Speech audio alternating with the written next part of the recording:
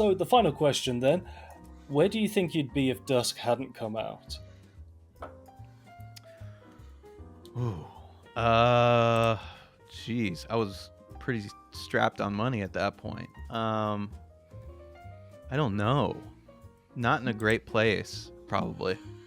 I was really battling a lot of pressures, because I was still holding a job during the day while I was working on Dusk and doing 8-10 hours there just to keep insurance, to pay for the mortgage, do all that kind of stuff, right?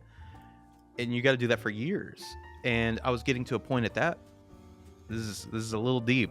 I was getting to a point during Dust development with that, and right into Quake Champions, where I was going, man, I can't do both of these forever. I was having like mental breakdowns in the back of the stock room of where I was working, just because I was like, I have all these ideas and I can't get them out, and it's killing me because I'm here. And so I'd literally resort to like stuff like humming things into my phone and like trying to write down riff patterns that I would play on break or whatever, just because I was fucking miserable while I was there. Yeah.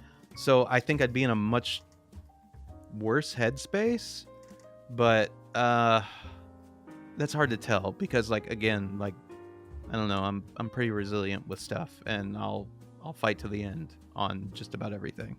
So maybe I'd be just in the exact same spot, but I'm incredibly thankful for Dusk and that opportunity that all three of us had to make something incredibly special. Thank God. So much fun. It absolutely, Scott was right. I agree that was the line in the sand there. You could tell that was something had come along that people have been waiting for a long time. It wasn't just because it was retro that game was a success. It was lightning in a bottle. It was everything coming together at the right time with the right people. And then, as I mentioned before, a medieval established to me, in my mind, that this was a new thing and that this was what I was going to play. So, and I've said it before, your name, when we first started this podcast, you put down your list of all the dream people, and of course our little podcast that no one knows about, Andrew Hulshult's not going to come on our goddamn show. we're nobodies. And your name was one of like the dream names on there, along with Dave Oshry and stuff. Oh, hell yeah. Yeah, so for us, what you guys have done is essentially enabled what we are able to do. So I'm glad that Dusk came out, because the four of us would not be here speaking at this moment in time. And I'm glad love to that hear it came that. out. True. Yeah, and I'm glad that it came out because of the monumental effect that it had. I know that Xbox doesn't know what Dusk is and stuff. They think it's just some retro game. They told us, but for us in our niche, it was a ground-shaking moment. It really was. If it wasn't for myself and Robert lurking around on Yak Show's streams, we never would have met each other, which would have never even began the conversation that Robert had with me, and then Medium wouldn't have been involved with that, and so on and so on. And now we're here. We've talked to Scott Miller. We have you on. We've had Dave on, and so many more people and developers and whatever. It's kind of just a lot of times it's kind of mind blowing. It just comes down to things that you love, man, and how much time you're willing to put into that kind of stuff. Like, you guys love this, clearly, for sure. and you're willing to put the time in. And working with Dave and David, I call them my two Daves, was like, I don't know, we all shared a vision.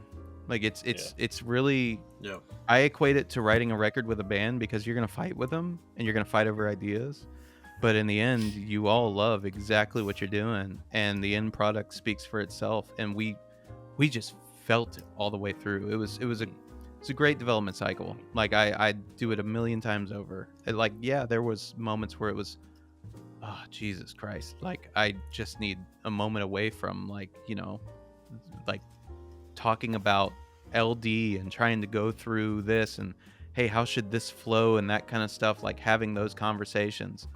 But every time that someone was like this, someone else had an idea, because we really wanted to see that. We wanted to see this type of game that we grew up with, that we remember. We wanted to see it come back to life.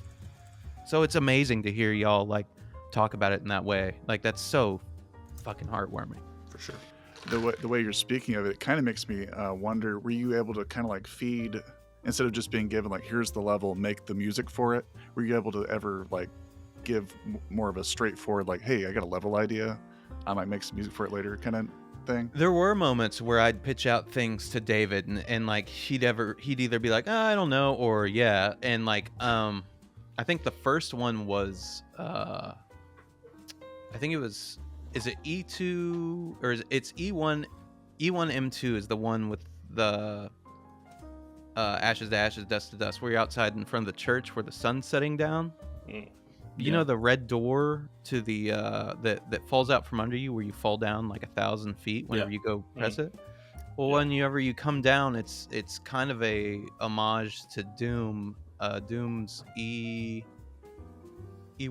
yeah, it's E1 M2 in Doom, where you have the two tall pillars. Whenever you come down that elevator with two imps on the side and the two hallways in front of you and the switch in the middle.